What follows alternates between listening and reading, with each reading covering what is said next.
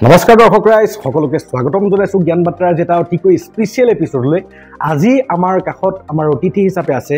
জাগিৰোড মহাবিদ্যালয়ৰ বৰ্তমানৰ প্ৰধান অৰ্থাৎ জাগিৰোড মহাবিদ্যালয়ৰ বৰ্তমানৰ প্ৰিন্সিপাল স্যাৰ ডক্টৰ ভৱেন চন্দ্ৰ নেওগ। নমস্কাৰ স্যাৰ। নমস্কাৰ। বহুত ধন্যবাদ স্যাৰ, আপোনাৰ ইমান ব্যস্ততাপূৰ্ণ জীৱনৰ পৰা এটা সময় আমাৰ জ্ঞান বাৰ্তা অনুষ্ঠানটোলৈ দিয়াৰ বাবে। হয় স্যাৰ, পোনপ্ৰথমে আমি জানিব বিচাৰিম যে মই জনাত আপুনি সুদূৰ লখিমপুৰৰ নিবাসী। লখিমপুৰত আপোনাৰ জন্মগ্ৰহণ হৈছিলে আৰু লখিমপুৰত জন্মগ্ৰহণ হৈ আপুনি কেনেকৈ নিজকে উচ্চ শিক্ষাৰে শিক্ষিত কৰি বৰ্তমান সুদূৰ লখিমপুৰৰ পৰা আহি বৰ্তমান নগাঁও তথা মৰিগাঁও ডিষ্ট্ৰিক্টতে পৰে জাগিৰোডখন। এটা সময়ত আমাৰ নগাঁৱৰে আছিলে। এই জাগিৰোড কলেজ এখন ইমান খ্যাতনামা কলেজৰ বৰ্তমানৰ প্ৰিন্সিপাল পদত অলংকৃত হোৱালৈকে আপোনাৰ এই জীৱন বৃত্তান্তটোৰ কিছু অংশ যদি আমাক কয়, ভাবোঁ যে বৰ্তমান সমাজৰ আমাৰ যিসকল নৱপ্ৰজন্মৰ ছাত্ৰ ছাত্ৰী আছে তেওঁলোকেও আপোনাৰ এই জীৱনৰ বৃত্তান্তটোৰ পৰা নিশ্চয় উপকৃত হ'ব। নমস্কাৰ জনাইছোঁ আৰু ধন্যবাদ জনাইছোঁ আপোনাক। হয় ছাৰ। জাগিৰোড মহাবিদ্যালয় আপুনি আহি মোৰ এই পডকাষ্ট অনুষ্ঠানত আপুনি মোক অংশগ্ৰহণ কৰাৰ সুযোগ দিলে। বহুত ধন্যবাদ। প্ৰথম কথা যে আপুনি ইতিমধ্যে অসমৰ মহাবিদ্যালয়সমূহৰ কেইবাজনো সন্মানীয় অধ্যক্ষৰ লগত আপুনি ইতিমধ্যে পডকাষ্টত আপোনাৰ অনুষ্ঠান প্ৰচাৰ কৰিছে। হয় ছাৰ। গতিকে আপোনাক আমি ধন্যবাদ জনাইছোঁ। আমাৰ আপোনালোকৰ পৰা হওক। আৰু আপুনি এটা মহৎ কাম কৰিছে, যিসকলে সমাজৰ কাৰণে কৰিছে, যিসকলে শিক্ষানুষ্ঠান গঢ়িছে, তেখেতসকলৰ আপোনাৰ মনৰ কথা আপুনি ৰাইজৰ মাজত বাৰ্তা বিলাই দিছে। সেইটো এটা মহৎ কাম কৰিছে আৰু আপুনি এইটোৰ জৰিয়তে আপুনিও এজন নিজন মহান ব্যক্তি হিচাপে পৰিণত হৈছে। আমি আপোনাক ধন্যবাদ জনাইছোঁ। মোক আপোনাৰ মোৰ জন্মস্থানৰ বিষয়ে সুধিছে। হয়, মই লখিমপুৰ জিলাৰ নাৰায়ণপুৰত মোৰ ঘৰ। সত্ৰ নগৰী আপুনি জানে, মহান পুৰুষ মাধৱদেৱ শ্ৰী শ্ৰী মাধৱদেৱৰ জন্মস্থান লেটেকু পুখুৰী, তাৰ কাষতেই মই এটা সত্ৰীয়া পৰিৱেশত ডাঙৰ হোৱা মানুহ। সত্ৰ আৰু মানে আমাৰ জন্মস্থানৰ মাজত ডাঙৰ হোৱা মোৰ নাৰায়ণপুৰৰ জৰাবাৰীত ঘৰ। গাঁৱৰ ল'ৰা হিচাপে মই খেতি বাতি কৰি ডাঙৰ হোৱা। মোৰ দেউতা শিক্ষক আছিলে, মা গৃহকৰ্মী। গতিকে মা দেউতাৰ মাজত মই মোক নিজক বিচাৰি পাইছিলোঁ আৰু তেখেতসকলৰ প্ৰেৰণাতে আহি আপোনাৰ আমি LP স্কুল, ME স্কুল, হাই স্কুল, নাৰায়ণপুৰ হায়াৰ ছেকেণ্ডেৰী মই তাত পঢ়িছিলোঁ। তাৰ পৰা ক্ৰমান্বয়ে বিশ্বনাথ চাৰিআলিত মই উচ্চতৰ মাধ্যমিক শিক্ষান্ত সমাপ্ত কৰিলোঁ। তাৰপিছত নৰ্থ লখিমপুৰ কলেজৰ পৰা মই গ্ৰেজুৱেশ্যন ল'লোঁ আৰু গুৱাহাটী বিশ্ববিদ্যালয়ৰ পৰা মাষ্টাৰ ডিগ্ৰী, MPhil আৰু PhD ডিগ্ৰী সম্পূৰ্ণ কৰিলোঁ। হয় ছাৰ, খুব সুন্দৰ ছাৰ। আপুনি এটা গাঁৱলীয়া পৰিৱেশৰ পৰা অহাৰ কথা ক'লে, খেতি বাতিও কৰিছিলে। হয়, কিন্তু ছাৰ আজি আমাৰ সমাজখনতো খেতি কৰিবলৈ যোৱা বুলিলে এটা হীনমন্যতাত ভোগে মানুহসকলে। হয়, গতিকে এই ক্ষেত্ৰত ছাৰ আপুনি আমাৰ অসমীয়া জাতিটোৰ কৰ্মদক্ষতা ক'ৰবাত হেৰাই যোৱা যেন অনুভৱ কৰিছে নেকি বাৰু? ঠিকেই কৈছে। আচলতে মোৰ যিটো ফিলচফি বা মই যিটো বিশ্বাস কৰোঁ বা ভাবোঁ, মই জানো যে এজন মানুহে যেতিয়া গাঁৱত থাকি ডাঙৰ দীঘল হয়, তেওঁ গাঁৱলীয়া পৰিৱেশটো সম্পূৰ্ণৰূপে পায়। আৰু খেতি বাতি কৰা মানুহজনৰ যিটো অভিজ্ঞতা হয়, বিশাল অভিজ্ঞতা, সেই অভিজ্ঞতাৰ জৰিয়তে আমাৰ গ্ৰাম্য সমাজৰ এটা অনুভূতি আমাৰ জাগ্ৰত হয় বা গ্ৰাম্য সমাজখন কেনেকুৱা আমি জানিব পাৰোঁ আৰু নিজকে আমি সংশোধন কৰিব পাৰোঁ যে আমি কোনফালে যাব লাগে বা কোনফালে নিজকে নিয়ন্ত্ৰণ কৰিব পাৰোঁ। এতিয়া হ'ল বৰ্তমানৰ ধামখুমীয়াত বৰ্তমান সময়ত আমাৰ মানে জনসংখ্যা কমিছে, মাক দেউতাকৰ এজন দুজন সন্তান, গতিকে খেতি কৰিবলৈ তেওঁলোকে নিদিয়ে। কিন্তু মই ভাবোঁ যে তেওঁলোক যদি এইবোৰ কৰ্মত লগাই শিকাই অন্ততঃ এটা পৰ্যায়লৈ লৈ যায়, বাকীখিনি তেওঁলোকে নিজে বনাই লৈ যাব পাৰিব। হয় ছাৰ। হয়, মানে এই খেতি কৰ্ম বা কৃষি কৰ্মৰ দ্বাৰা এজন মানুহে নিজকে প্ৰকৃতিৰ লগত কেনেকৈ সন্নিৱিষ্ট কৰিব পাৰে সেই গুণসমূহ চাগে পালিব পাৰে। হয় ছাৰ। হয় ছাৰ, মই এইখিনিতে জানিব বিচাৰোঁ, লখিমপুৰ বুলি ক'লে বা আপাৰ আছামৰ সেই জেগাসমূহ অসমৰ কৃষ্টি সংস্কৃতিৰে সমৃদ্ধ একোখন জেগা। বিহু বুলি ক'লে লখিমপুৰৰ পাতে বিহু অসম বিখ্যাত। গতিকে ছাৰ আপুনি আজি আমাৰ নগাঁও তথা মৰিগাঁৱৰ মাজমজিয়াত আছে।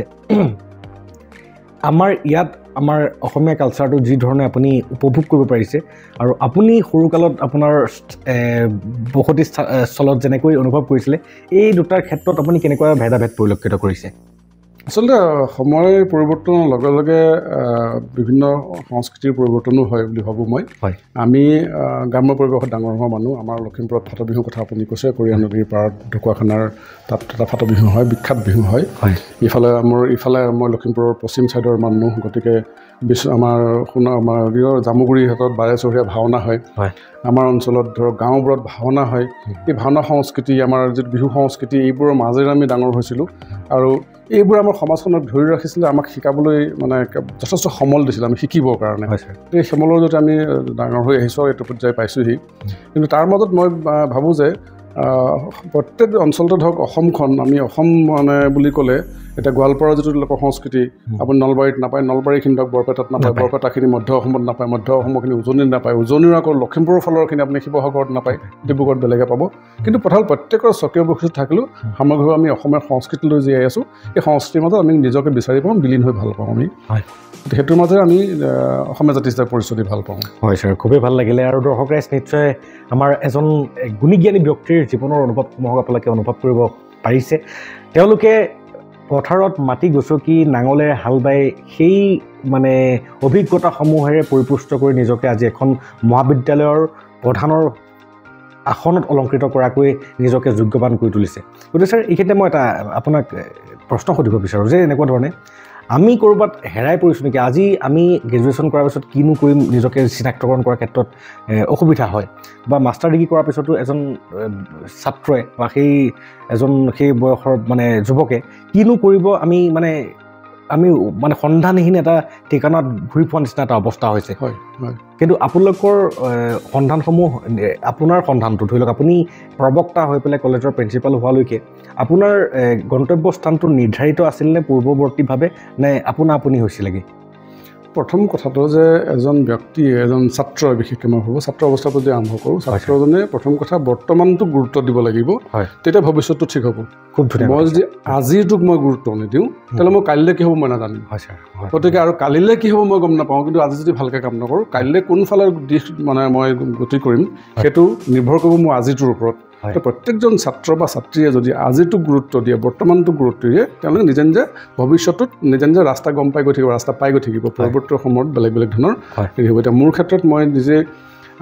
ধৰক গণিত বিষয়টো মই পঢ়ি ভাল পাইছিলোঁ। মোৰ দেউতাৰ জৰিয়তে মই গণিতৰ মানে প্ৰতি আকৃষ্ট হৈছিলোঁ। গতিকে গণিত বিষয়টোক মই মুখ্য হিচাপে লৈ পেলাই পঢ়িছিলোঁ। আৰু মই নিৰ্দিষ্ট মানে এটা লক্ষ্য লৈ কৰিছিলোঁ যে মই মহাবিদ্যালয়ত শিক্ষকতা কৰিম গণিত বিষয়ক লৈ। সেইটো মোৰ এটা নিৰ্ধাৰিত লক্ষ্য আছিলে। গতিকে জনা হোৱাৰ পিছৰ পৰা মই সেইটোৱে কৰিছিলোঁ যে গণিতৰ মই অধ্যাপনা কৰিম।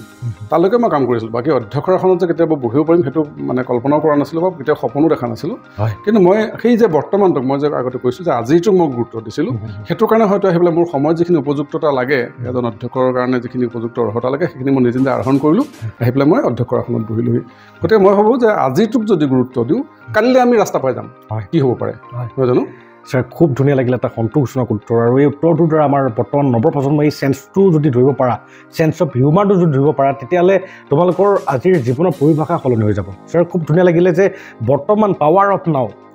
আৰু ভগৱানো সদায় বৰ্তমানতে থাকে বুলি কোৱা হয়। গতিকে পাৱাৰ অফ নাও ছাৰ, আজি মই যদি মোৰ বৰ্তমানৰ কামখিনিক যদিহে খুব সুশৃংখলিতৰ ওপৰত পালন কৰোঁ, তেন্তে মই ভৱিষ্যতলৈ গৈ অতীতৰ বাবে অনুশোচনাত দগ্ধ হ'বলগীয়া নহয়। ছাৰ, খুব ভাল লাগিলে। হয় ছাৰ, যিহেতু মই নৱপ্ৰজন্মৰ বাবে কথাষাৰ উল্লেখ কৰিছোঁ, গতিকে মই আপোনাৰ পৰা জানিব বিচাৰোঁ যে আজিৰ নৱপ্ৰজন্মৰ আমাৰ যিসকল ছাত্ৰ ছাত্ৰীয়ে বৰ্তমান তেওঁলোকৰ অধ্যয়ন কৰি আছে, অধ্যয়ন ক্ষেত্ৰত ব্ৰতী, তেওঁলোকে আজিকালি ক্ৰিয়েটিভিটি মাইণ্ডটো, যিটো ক্ৰিয়েটিভ মাইণ্ড, সেই ক্ৰিয়েটিভিটি নাইকিয়া হোৱা দেখা যায়। আজিৰ সমাজখনৰ ষ্টুডেণ্টসকলৰ ক্ৰিয়েটিভিটিটো একেবাৰে নগণ্য। বা পৰীক্ষালৈ গ'লেও ছাৰ দেখা যায় যে লগৰ কেইটামানে কম্বাইন কৰিলে যে তই আমুকটো চেপ্টাৰ চাবি, তই আমুকটো চাবি, মই আমুকটো চাম, কম্বাইন কৰিহে যায় বা পৰীক্ষাৰ দুদিনমানৰ আগতহে প্ৰিপেৰেশ্যন কৰে। গতিকে তেওঁলোকে নিজৰ বৰ্তমানটোক জানো ভালকৈ পালন কৰিছে? মই যেতিয়া মোৰ জীৱনৰ ছাত্ৰ জীৱনলৈ যদি যাওঁ, তেতিয়াহ'লে ময়ো তেনেকুৱাই কেতিয়াবা হয়তো মানে প্ৰৰোচনাত পৰিছিলোঁ বা তেনেকুৱা অৱহেলিত মনোভাৱ এটা অধ্যয়নৰ প্ৰতি ৰাখিছিলোঁ। গতিকে ছাৰ, মই এই সামগ্ৰিক বিষয়টোৰ ওপৰত আপোনাৰ পৰা জানিব বিচাৰোঁ যে আমাৰ নৱপ্ৰজন্মৰ ক্ৰিয়েটিভ চিন্তাধাৰা যে বিলুপ্ত হ'ব ধৰিছে, তাৰ মূল কাৰণটো কি? আপুনি খুব প্ৰাসংগিক প্ৰশ্ন এটা কৰিছে। আচলতে ক্ৰিয়েটিভ ধাৰণা বিলুপ্ত হোৱা নাই, মই ভাবোঁ আমি অলপ বিভ্ৰান্ত হৈছোঁ মাজে মাজে বিভিন্ন মানে ক্ষেত্ৰত পৰি পেলাই। বিশেষকৈ আপুনি হয়তো জানিব পাৰে, ৰিচেণ্টলি এটা অক্সফৰ্ড মানে ডিক্সনেৰীত এটা নতুন শব্দ সংযোজন কৰিছে, ৰট, মানে ব্ৰেইন ৰট। Rotten brain. তাৰমানে আমাৰ ল'ৰা ছোৱালীবোৰক আজিকালি প্ৰায়বোৰ ল'ৰা ছোৱালীকে ৰটেন ব্ৰেইন বুলি কয়। ৰটেন ব্ৰেইন মানে মিনিংটো এনেকুৱা ধৰণৰ, মানে কৈছে যে বহুত দূৰলৈ চিন্তা কৰিব নোৱাৰা, বেছি দূৰলৈ চিন্তা কৰিব নোৱাৰোঁ। আমাৰ ক্ৰিয়েটিভিটি, আপুনি যিটো কথা কৈছে, ক্ৰিয়েটিভ মাইণ্ড আমাৰ নাথাকে, আমি ইম'চনক কণ্ট্ৰল কৰিব নোৱাৰোঁ, আমি অলপতে ভাগি পৰোঁ, আমি কোনফালে যাম আমি চিন্তা কৰিব নোৱাৰোঁ। বিশেষকৈ ধৰক আমাৰ দূৰদৰ্শিতাৰ যিটো সামগ্ৰিকভাৱে ক'বলৈ দূৰদৰ্শিতাৰ অভাৱ হয় এইটো আচলতে প্ৰত্যক্ষ প্ৰভাৱ আপুনি ক'ব পাৰে আমি প্ৰায় সকলো অভিযোগ কৰোঁতো মোবাইলৰ প্ৰভাৱ বুলি মই সেইটোক স্বীকাৰ কৰোঁ যে মোবাইলে আমাক অলপ বিভ্ৰান্ত কৰিছে আৰু আপোনাৰ যুগৰ সময়ত বেলেগ আছিলে আপুনি ধৰক মোবাইলৰ যুগত ডাঙৰ হোৱা নাছিলে নহয় জানো আজিৰ যুগত যিখিনি ল'ৰা ছোৱালীয়ে পাইছে আজি সেইটো বেছিকৈ পাইছে তাৰ মাজতো ক্ৰিয়েটিভিটি আছে যথেষ্ট ছাত্ৰ ছাত্ৰী মই পাইছোঁ লগ পাইছোঁ ধৰক ক্ৰিয়েটিভিটি আছে তেওঁলোকৰ মানে ভৱিষ্যত দৰ্শন আছে তাৰ মাজত প্ৰায় গৰিষ্ঠ সংখ্যক কিন্তু আপুনি কোৱা কথাটা সঁচা কথা গৰিষ্ঠ সংখ্যক কিন্তু বিভ্ৰান্ত হৈছে আৰু এই যে মানে এটা আকৰ্ষণীয় এটা হেৰি ইয়াৰ ভিতৰত কি আছে কিউৰিঅচিটি বেলেগত মোবাইলৰ ভিতৰত যিবোৰ মানে ধৰক মানে ভিডিঅ' দেখা পায় বা এনেকুৱা হেৰি দেখা পায় সেইটোৱে আল্টিমেটলি নিজৰ ক্ৰিয়েটিভিটি নষ্ট কৰাত অৰিহণা যোগাইছে একেবাৰে সঁচা কথা আৰু এইটোৰ পৰা আঁতৰিব লাগিলে মই আকৌ কৈছোঁ যে মানে আমি নিজক গুৰুত্ব দিব লাগে বা আমি ভৱিষ্যতটো চাব লাগিব ভৱিষ্যত চাবৰ কাৰণে এই ৰটেন ব্ৰেইন শব্দবোৰ এনেই অহা নাই আচলতে ব্ৰেইন ৰট যিটো শব্দ আহিছে যে আমি অকণমান দূৰলৈ চিন্তা কৰিব লাগে ইম'চন আজি কণ্ট্ৰল কৰিব নোৱাৰা হৈছোঁ আমি ধৰক পটককৈ আজি চুইচাইড কৰোঁ ল'ৰা ছোৱালী কিবা এটা হ'লে ল'ৰা ছোৱালী আমি চুইচাইডৰ মানে হেৰি হয় ল'ৰা ছোৱালী মানে খুব মানে প্ৰেমৰ ভাৱ আগৰ পৰা জাগ্ৰত হয় এইবোৰ ধৰক মানে বয়স কম হোৱা অৱস্থাত আমি স্কুল কলেজৰ প্ৰায় দেখি থাকোঁ আমি নৈ নিজে প্ৰত্যক্ষ ভুক্তভোগী আমাৰ কলেজত মই দেখি থাকোঁ এইবোৰ ক্ষেত্ৰত মই ভাবোঁ যে মাক দেউতাকৰ ঘৰখনৰ লগত মানে যিটো মানে ছাত্ৰ ছাত্ৰীৰ মানে ল'ৰা ছোৱালী সন্তানৰ সম্পৰ্ক থাকিব লাগে কথাবোৰ কিছুমান খোলাকৈ পাতিব লাগে এই কথাবোৰ জৰিয়তে আচলতে ক্ৰিয়েটিভিটি হওক বা আমাৰ ব্ৰেইন ৰটৰ যিটো কনচেপ্ট সেইটো আল্টিমেটলি আঁতৰত আমি সহায় কৰিব পাৰিম বুলি হয় ছাৰ খুব ধুনীয়া সন্তোষজনক এটা কথা যে অক্সফৰ্ড ডিক্সনেৰীটো সেই এটা নতুন শব্দ হিচাপে সংযোজন কৰিবলগীয়া হৈছে গতিকে এই সমস্যাটো কেৱল আমাৰ অসম বা আমাৰ এই সমাজ ব্যৱস্থাই নহয় অল অভাৰ ৱৰ্ল্ডত একেটাই পৰিস্থিতি মানে পৰিলক্ষিত হৈছে গতিকে এটা বহুতেই জ্বলন্ত সমস্যা আৰু যদিহে আমি গুৰুতৰভাৱে নলওঁ এতিয়াই তেতিয়াহ'লে আমাৰ ভৱিষ্যত প্ৰজন্মসমূহৰ এটা হয়তো বিপথে পৰিচালিতটো হৈয়ে আছে হয়তো আৰু অন্ধকাৰলৈ যাবগৈ যিটো কাৰণে ধৰক এতিয়া ইতিমধ্যে অষ্ট্ৰেলিয়াই বেন কৰিব লগা হৈছে মোবাইল বেন কৰি দিছে ক্লাছ 12লৈকে মোবাইল বেন কৰিছে বেলেগ ৰাজ্য দেশে ভাবিছে যে এইটো বেন কৰা যাওক হয়ো মানে আমাৰ ধৰক স্কুল লেভেললৈকে মই ভাবোঁ এটলিষ্ট ক্লাছ 11-12লৈকে মোবাইলৰ কোনো বিশেষ প্ৰয়োজন নাই অফিচত বা কলেজত ইনষ্টিটিউশ্যনত বা স্কুলতে হওক প্ৰয়োজন নাই সেইটো কণ্ট্ৰল কৰিব লাগে ঘৰতো তেনেকৈ প্ৰয়োজনীয় সীমাবদ্ধতা ৰাখিব লাগে গাৰ্জেনেণ্টিজ কণ্ট্ৰল কৰিব লাগে যিটো আল্টিমেটলি মানে সামগ্ৰিকভাৱে ভাল ফলাফল দিব গতিকে আমি আশা কৰোঁ আমাৰ বৰ্তমানৰ সমাজৰ যিসকল সচেতন ব্যক্তি আছে সেই সচেতন ব্যক্তিসকলে নিশ্চয় সমাজখনৰ বাবে এটা ভাল চিন্তা কৰি পেলাই আমাৰ এই এনেকুৱা ধৰণৰ মই কোৱা নাই যে আমাৰ পডকাষ্টৰ ভিডিঅ'সমূহে আৰু বহু তেনেকুৱা ব্যক্তিয়ে সমাজখনৰ কাৰণে কাম কৰি আছে গুণী জ্ঞানী ব্যক্তিসকলৰ জীৱনৰ অভিজ্ঞতাসমূহক আমাৰ সমাজত উজাগৰিত কৰিবৰ কাৰণে বিচাৰি আছে সেই তেনেকুৱা ভিডিঅ'সমূহক অলপ বিতৰণ কৰক যাতে আমাৰ গাৰ্জেনসকল কনচিয়াছ হয়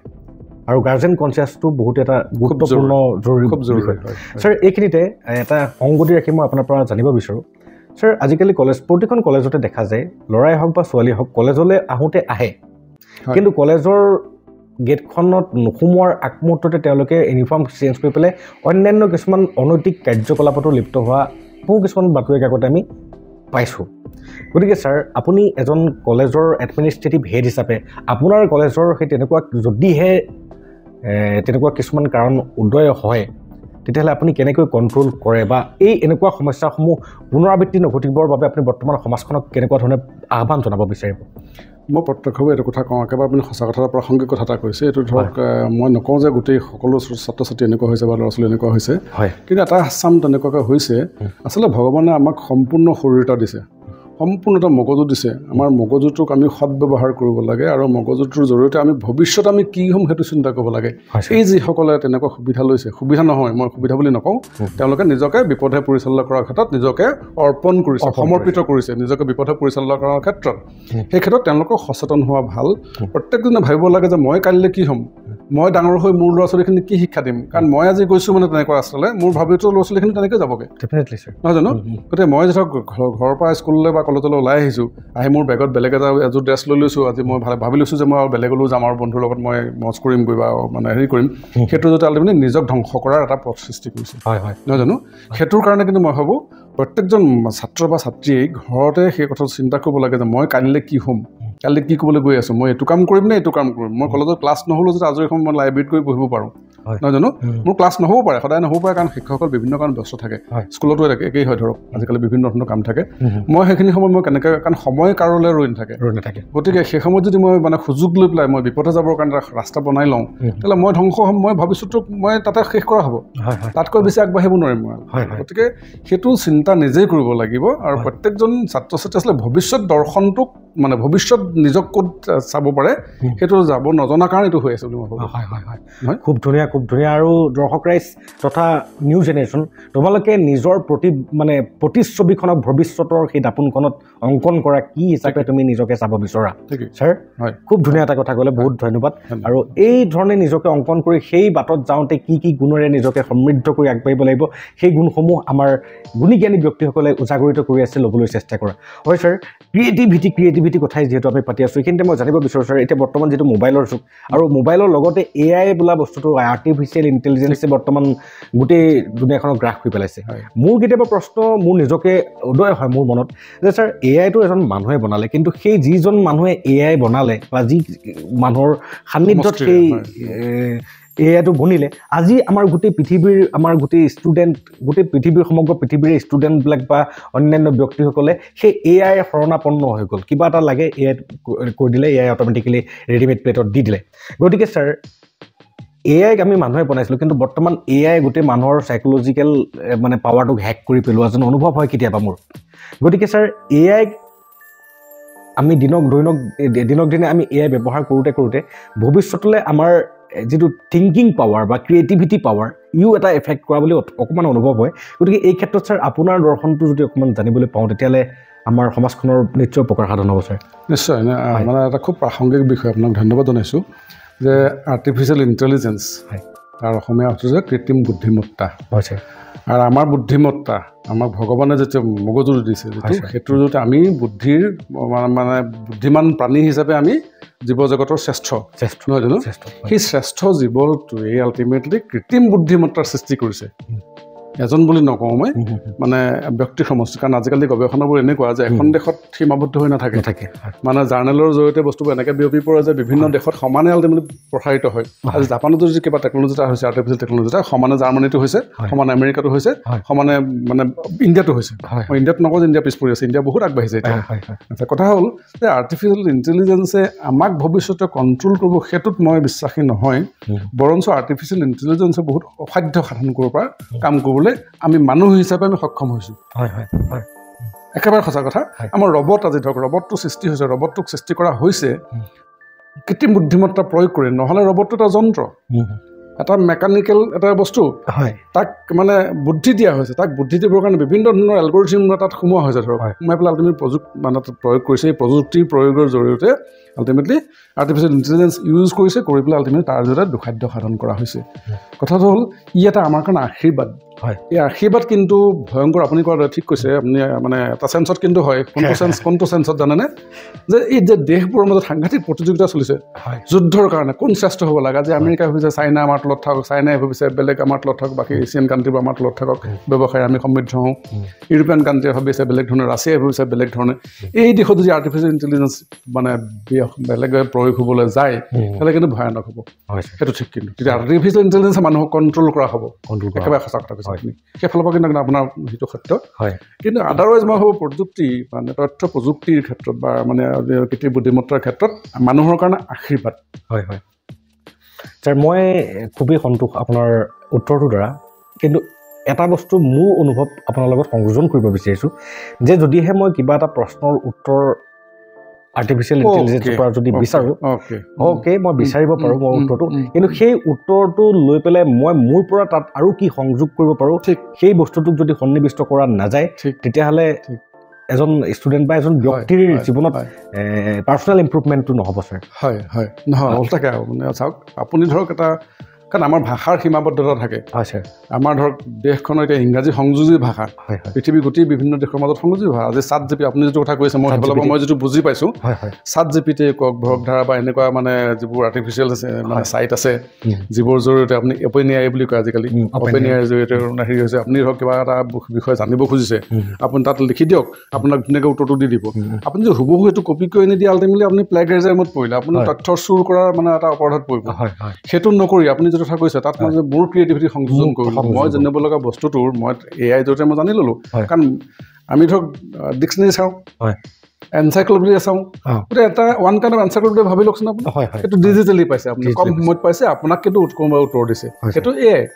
নহয় নহয় AI ইউজ কৰিছে কিন্তু তাৰ আপুনি ঠিকেই কৈছে তাৰ সদব্যৱহাৰ কৰিব লাগিব তাক যদি অসৎভাৱে ব্যৱহাৰ কৰে তেতিয়াহ'লে আল্টিমেটলি পৰিণামটো বেয়া হ'ব আৰু ছাৰ আমি একদম চিম্পলি যদি চাওঁ যে এজন বডি বিল্ডাৰে ৰেগুলাৰ জিমত গৈ পেলাই সি সদায় ডাম্বেল মাৰি আছে তাৰ মানে শৰীৰৰ গ্ৰথটো দিনক দিনে বাঢ়ি গৈ আছে আৰু তেখেতে ষ্ট্ৰেংথটো বাঢ়ি গৈ আছে গতিকে আমি আমাৰ ব্ৰেইনৰ ষ্ট্ৰেংথটো তেনেকেই বঢ়াব লাগিব যদিহে মই জিমলৈ যোৱা মানুহ এজনে গৈ যদিহে বোলে মই আজি নাদাঙো আৰ্টিফিচিয়েল ইণ্টেলিজেঞ্চে ডাঙৰক গতিকে তেতিয়া তেখেতৰ বডিৰ বা ষ্ট্ৰেংথটো কেনেকৈ হেৰি হ'ব শাৰীৰিক কচৰত মানসিক কচৰত নহয় জানো দুটা শব্দ ধুনীয়া শব্দ এটা হ'ল শাৰীৰিক কচৰত এটা হ'ল মানসিক কচৰত মানসিক কচৰত বেছিকৈ কৰিব লাগে ছাৰ মোক এজন ডক্টৰক মই সুধিছিলোঁ তেখেত আমাৰ নগাঁৱৰে হয় তেখেতক মই সুধিছিলোঁ যে ছাৰ আমি দৰাচলতে স্বাস্থ্য বুলি ক'লে কি বুজোঁ আৰু কি বুজিব লাগে আমি যিটো বুজোঁ সেইটো দৰাচলতে সুস্বাস্থ্য হয়নে তেখেতে তেতিয়া কৈছিলে যে সুস্বাস্থ্য বা স্বাস্থ্য বুলিলে কেৱল শাৰীৰিকভাৱে পৰিপুষ্ট হ'লে নহ'ব তেখেতে শাৰীৰিকভাৱেও পৰিপুষ্ট হ'ব লাগিব তেখেতে মানসিকভাৱেও পৰিপুষ্ট হ'ব লাগিব লগতে থাৰ্ড এংগেলতো গৈছে যে আধ্যাত্মিকভাৱেও পৰিপুষ্ট হ'ব লাগিব একজেক্টলি ছাৰ এই কথাটোৰ পৰা মই আপোনাৰ পৰা জানিব বিচাৰোঁ যে আধ্যাত্মিক জ্ঞানৰ অভাৱে বৰ্তমান আমাৰ নৱপ্ৰজন্মৰ মানসিক শক্তি বিকাশত বা মানসিক দক্ষতা বিকাশত হেঙাৰ স্বৰূপ হয় বুলি বহু ব্যক্তিয়ে মত প্ৰকাশ কৰে এই ক্ষেত্ৰত ছাৰ আপোনাৰ অনুভৱসমূহক যদি অকণ উজাগৰিত কৰে বহুতেই ভাল লাগিব আচলতে আমি ভাৰতবৰ্ষৰ এজন ভাৰতীয় হিচাপে আমি আধ্যাত্মিক ক্ষেত্ৰত বহুতভাৱে প্ৰভাৱিত হয় ছাৰ আমি ভাৰতীয় দৰ্শনত বিশ্বাসী বা ভাৰতবাসী হিচাপে আমি আধ্যাত্ম দৰ্শনত বিশ্বাসী মানুহ আৰু সেইকাৰণে আমি ধৰক বেলেগৰ দেশতকৈ আমাৰ ভাৰতীয় দৰ্শনত অলপ বেলেগ ধৰণৰ চিন্তাধাৰা থাকে আমি অসম ক্ষেত্ৰত কওঁ অসমৰ ক্ষেত্ৰত বৈষ্ণৱ বা শাক্ত ধৰ্মই কওক আমাক ধৰ্মীয় গণ্ডীৰে কিন্তু মানুহবোৰক বান্ধি ৰাখিছে আৰু বহুত ক্ষেত্ৰত সমাজখন সুশৃংখলিত হৈ আছে আপুনি যিটো আধ্যাত্মৰ কথা কৈছে আধ্যাত্ম চৰ্চাটো আচলতে বাল্যকালত কৰা নাযায় খুব কম হয় যিসকলে কৰে ব্যতিক্ৰম তেওঁলোকে ঘৰত পৰিৱেশ পায় দেউতাক মাকৰ পৰা পৰিৱেশ পায় বা সমাজখনৰ পৰা পৰিৱেশ পায় তেওঁলোকে কৰে কিন্তু এটা সময়ত যেতিয়া জ্ঞানপুষ্ট হৈ নিজে তেতিয়া কিন্তু আধ্যাত্মিক চৰ্চা কৰিবলৈ বাধ্য হয় আৰু তাৰ মাজত এই মাজৰ কিছু সময় বাল্যকালৰ পৰা কৈশোৰ কালৰ পৰা ধৰি পেলাই মানে যুৱ অৱস্থালৈকে এই সময়ত আধ্যাত্ম চৰ্চাটো আচলতে ঘৰখনতহে গুৰুত্বপূৰ্ণ হয় যিখন ঘৰত আধ্যাত্ম চৰ্চা নাই যিখন ঘৰত সেই লাইনৰ মানে চিন্তাধাৰা নহয় সেই ঘৰৰ ল'ৰা ছোৱালী কিন্তু বিপদহে পৰে আপুনি ঠিক কথা কৈছে এইটো আধ্যাত্ম চৰ্চাই বিপদত পেলাব পাৰে যদিহে ঘৰখনত সেইটো চৰ্চা নাথাকে এইটো আমি যুৱ চামক বা মানে আমি বিপদত যোৱাসকলক মানে দুখ দি লাভ নাই সেইটো কিন্তু মই প্ৰত্যক্ষভাৱে ভাবোঁ যে ঘৰখনৰ মানুহখিনিৰ ওপৰতহে ডিপেণ্ড কৰিব এইটো আধ্যাত্ম চৰ্চাটো ঘৰখনৰ মানুহৰ ওপৰত জড়িত হয় কাৰণ আমি যদি সৰুৰ পৰা আমাৰ যিবোৰ আমাৰ ধৰক ককা দেউতাহঁতে বা আমাৰ মাহঁতে মামাহঁতে বা আমাৰ দেউতাহঁতে সৰুৰ পৰা যিবোৰ কাহিনী কৈ আছিলে সেইবোৰ শুনি আমি প্ৰভাৱিত সেইবোৰ শুনাৰ পৰিৱেশ যে আজি ঘৰৰ পৰা আপুনি আঁতৰাই দিয়ে আপোনাৰ কি আজি ল'ৰা ছোৱালীয়ে পশ্চিমীয়া কাৰণ মোবাইলটো হাতত আছে তেওঁলোকে পশ্চিমীয়া যাবগৈ যিটোৱে আমাক কিন্তু আঁতৰলৈ লৈ যাব গতিকে আমাৰ আধ্যাত্ম চৰ্চাটো ঘৰত লাগিব সেইটো একদম ধুৰুপ হয় খুব ভাল লাগিলে ছাৰ আৰু আমাৰ দৰ্শক ৰাইজ আপোনালোকে নিশ্চয় বুজিব পাৰিছে যে আধ্যাত্মিক চৰ্চাটো যদি ঘৰত সৰু কালৰে পৰা দিয়া যায় মই ছাৰে উত্তৰটো দি থাকোঁতে মই নিজকে বাল্যকালত নিজকে সেই সময়খিনিত পাইছিলোঁ যিটো সময়ত মোক দেউতাই বা মাহঁতে কিছু সাধু কৈছিলে আৰু সেই সাধুবিলাকৰ মাছমজিয়া মই পাইছিলোঁ আৰু সেই প্ৰতিটো সাধুতে যেন কিছুমান নৈতিক মানে আদৰ্শ শিষ্টাচাৰ আছিলে গতিকে আমাৰ সৰুকাল বুলি ক'লে আমি ঘপককৈ মনত পৰে ৰামায়ণ মহাভাৰতৰ কথাই গতিকে সেই বস্তুসমূহকে লৈ পেলাই আমি ডাঙৰ দীঘল হৈছিলোঁ কাৰণে আমাৰ এৰাটোলৈকে যিসকল মানে আছে তেওঁলোকে এই মানে বৰ্তমানৰ এই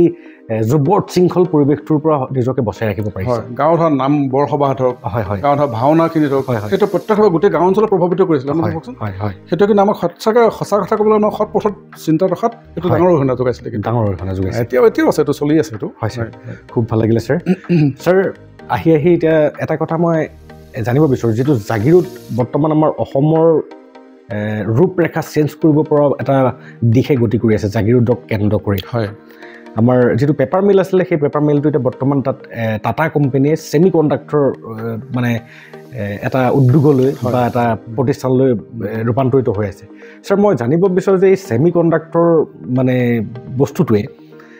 ইয়াত যে মেনুফেকচাৰ হ'ব এই বস্তুসমূহে আমাৰ অসমৰ ভৱিষ্যতে অৰ্থনৈতিক হওক বা ৰাজনৈতিকেই হওক বা আমাৰ প্ৰশাসনিক শক্তিৰ পৰা আদি কৰি আমাৰ সকলো দিশতে আমাক কেনেধৰণে আগবঢ়াই লৈ যাব নে নাই সেইসমূহে আমাক বিপথে পৰিচালিত কৰি পেলাই আমাৰ অসমীয়া কৃষ্টি সংস্কৃতিৰ লগতে আমাৰ গোটেই সমাজখনক ধ্বংসৰ মুখলৈহে লৈ যাব একদম মানে ভাল প্ৰশ্ন এটা কৰিছে প্ৰাসংগিক প্ৰশ্ন আচলতে ক'বলৈ গ'লে যোৱা 13 মাৰ্চ 2024 চনত জাগিৰোডৰ মানে পূৰ্বৰ পেপাৰ মিল যিটো কাগজ কল তাৰ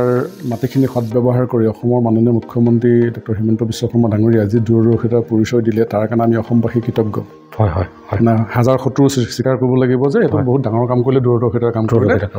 আৰু এইটোৰ জৰিয়তে অসমেই নহয় ভাৰতে এটা নতুন চমক দিবলৈ সৃষ্টি কৰিব পাৰিব বুলি মই ভাবোঁ কাৰণ ছেমিকণ্ডাক্টৰ প্ৰডিউচ নহয় আমাৰ এটা ছেমিকণ্ডাক্টৰ ইয়াতে মানে তৈয়াৰ কৰা নহ'ব মানে তৈয়াৰ কামটো গুজৰাটত হ'ব একেলগে 3টা ইণ্ডাষ্ট্ৰি আৰম্ভ হৈছে ইণ্ডিয়াত তাৰে এটা জাগিৰোডত আছে ইয়াত ছেমিকণ্ডাক্টৰ ইণ্ডাষ্ট্ৰি আৰম্ভ হ'ব লাগে যিখিনি ৰ মেটেৰিয়েল সেইখিনি বেলেগত ইতিমধ্যে বনি আহিব তাৰ পৰা আল্টিমেটলি এটা ৱেফাৰ ছেমিকণ্ডাক্টৰ ৱেফাৰ বুলি এটা প্ৰডাক্ট আহিব সেইটোৰ জৰিয়তে আল্টিমেটলি জাগিৰোডত তাৰ পৰা বস্তুখিনি আৰম্ভ হ'ব কিন্তু কথাটো হ'ল যে বৰ্তমান প্ৰযুক্তিৰ যুগ এই প্ৰযুক্তিত ছেমিকণ্ডাক্টৰ